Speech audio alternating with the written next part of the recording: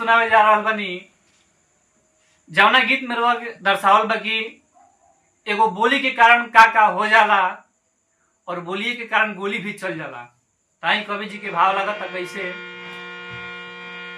कि हंसा देला बोली, अरे रोवा देला बोली, हंसा देला बोली, रोवा देला बोली, केहू पगोली चलवा देला बोली, हंसा देला बोली, रोवा देला बोली, केहू पगोली चलवा देला बोली, हंसा देला बोली, रोवा देला बोली, हंसा देला बोली, रोवा देला बोली, केहू पगोली चलवा देला बोली, हंसा देला बोली, रोवा देला बोली, केहू पगोली चलवा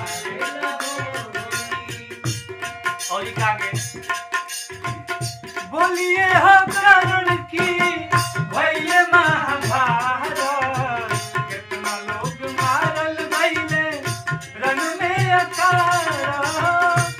बोलिए हो कारण की भइले महाभारत, कितना लोग मारल भइले रण में अकारत।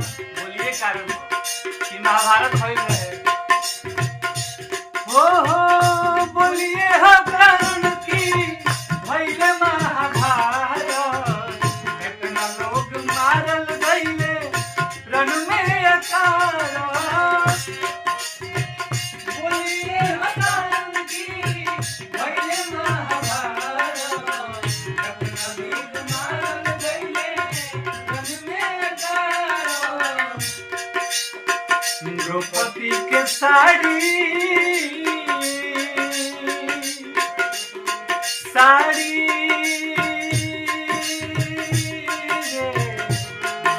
साड़ी और द्रौपदी ना कहलन कि आंधर के बेटा आंधर महाभारत ना भइल रहे। द्रौपदी के साड़ी खींच बादे गोली, द्रौपदी के साड़ी खींच बादे गोली, केहू पगोली चलवा देला बोली, हंसा देला बोली, रोवा देला बोली, हंसा देला बोली, रोवा देला बोली, केहू पगोली चलवा देला बोली, केहू पगोली चलवा देला बोली। और आगे के कवि जी लिखता नहीं। बोलिए हो कारण सिंधु पाल कड़इले, सब लोग देखत सभावे में रही गइले। बोलिए हो कारण सिंधु पाल कड़इले, सब लोग देखत सभावे में रही गइले। बोलिए हो कारण शिशु पाल कटैले, सब लोग देखत सभावे में रही गइले।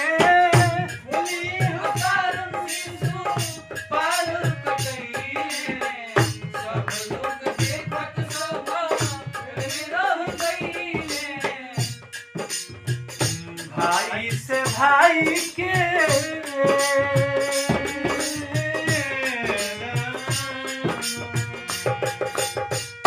भाई से भाई के लड़ा देला बोली, भाई से भाई के लड़ा देला बोली, केहू पगोली चलवा देला बोली, हंसा देला बोली, रोवा देला बोली, हंसा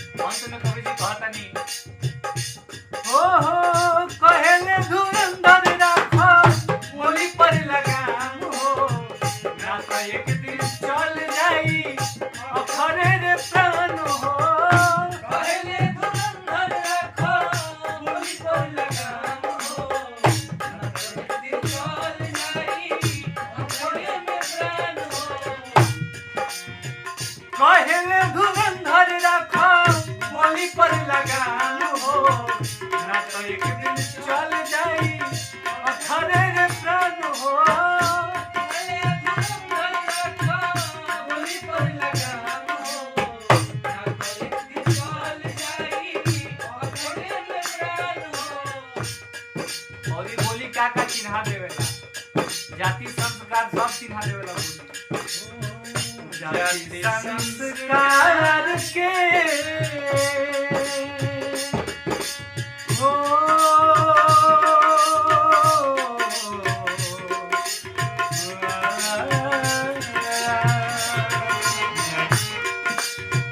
जाति संस्कार के चिन्हा देला बोली, जाति संस्कार के चिन्हा देला बोली। केहू पगोली चलावा देला बोली, हंसा देला बोली, रोआ देला बोली, हंसा देला बोली, रोआ देला बोली। केहू पगोली चलावा देला बोली, केहू पगोली चलावा